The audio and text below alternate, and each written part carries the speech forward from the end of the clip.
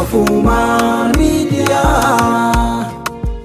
Uummanni Oromoo baroota hedduuf sirna ittiin bulu kan mataasaa qaba.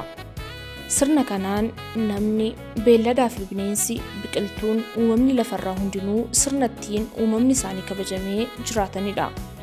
Sirni kunis sirna Gadaati. Gadaan ulfoodha. Gadaan kabaja. Gadaan seera. Gadaan sirna. Buurri tokkummaa Oromoo Gadaadha. Dhiigni tokkummaa Oromoo Gadaadha. Sirni kun bakkeewwan hedduutti amantaa, siyaasaa fi dhiibbaa garaagaraatiin laaffatullee bakkeewwan hanga har'aatti sirna kana kabaja isaa eeganii tiksanii har'aan ga'an jiru. Isaan keessaa Oromoon Tuulamaa warreen tokko. Ardaa Jilaa dhakaa kooraatti marsaa 71f wal gahuun alangee dabarsaa jiru. Uummanni Tuulamaa jila guddaarra ture. Barootaaf cunqursaa aadaa fi duudhaa isaarra gahaa ture dandamatee dhiibbaa mootonni dhufaa darbaa isarraan gahan osoo isan jilbeenfachiisin gadaa isaa tiksee har'aan ga'ee jira.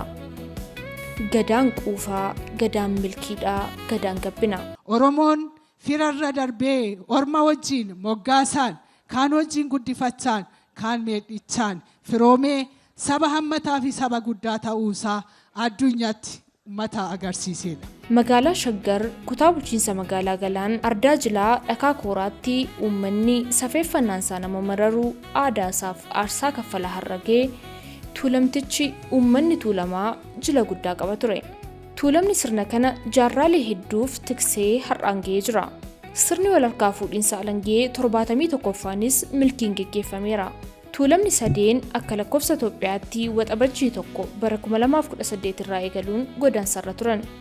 Tuulamni Daaccii Qarree Golbeetti, Tuulamni Bachoo Warabbal'ootti, Tuulamni Michillee Gafarsa Kormaatti godaansarra turan. Dhumarrattis Ardaa Jilaa dhakaa kooraatti baallii dabarsan. Tuulamni Oromoon hayyoota qaba. Abbaan Gadaa Tuulamaa aangoo isaanii dabarsanii kennuuf yeroo jedhan jala bultii isaa sirna ganna buufachuu raawwatu. Bara aangoo isaaniitti waggoota 8f rifeensaa fi areeda isaanii magarsuun, filatanii dibachuun, uffata aadaa uffachuun aangoo gadaan kenneefiin Oromoo tajaajilu. Bara godooma isaaniitti aangoo kennameef sirnaan raawwachuun jala bultii alangee dabarsuutti immoo sirna ganna buufachuu raawwatu. Sirni ganna buufachuu kun areedaa fi rifeensa mataa haaddachuun uffata kuula hin qabne uffachuu of keessatti hammata. Kaayyoon isaas aangoon isaanii daangeffamuu ibsuufi. Waggoota 8 darbeef Abbaa Gadaa Meelbaa Goobanaa Hoolaa geggeeffamaa kan ture Gadaan Tuulamaa Abbaa Gadaa Muudanaa Geetuu Taliilaaf alangee dabarsaniiru. Abbaan Gadaa duraanii Goobanaa Hoolaa ammayyuu bata'anii itti fufu. Sirna Gadaa keessatti alangeen mallattoo aangoo qofa miti. Mootummaa seeraan daangeffamee itti gaafatamummaa hawaasaa fi aangoo yeroo murtaa'ee uummataan kenname bakka bu'a. Kanaaf alangee dabarsuun amanamummaa, itti gaafatamummaa fi aangoo hawaasaa imaanaa walitti kennuudha. Kunis waggaa 8-8 geggeeffama. Aangoo irratti waliin lolan, aangoo gadi hin dhiisu waliin hin jedhan, anaaf malas waliin hin jedhan. Sirna isaa eeganii alangee walitti dabarsu. Dhakaa kooraatti alangee yoo dabarfamu sirnoonni hedduun wal duraa duubaan taasifamaniiru.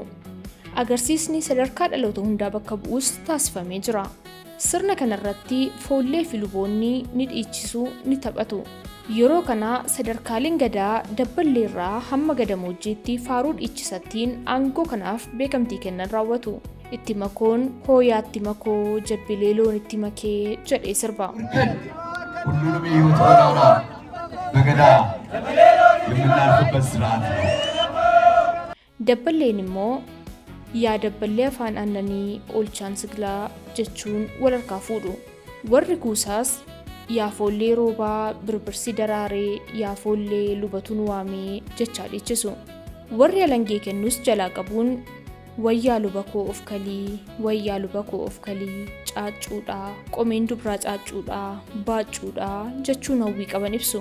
Ardaa Jilaa dhakaa kooraatti sirni kunis milkiin goolabamee Abbaan Gadaa Meelbaa duraanii Goobanaa Hoolaa Abbaa Gadaa Muudanaa Geetuu Taliilaaf alangee dabarsaniiru. Gadaan quufaaf gabbinaa, Gadaa Muudanaa milkiidha. Horaa bulaa deebanaa. Soofumaan miidiyaa.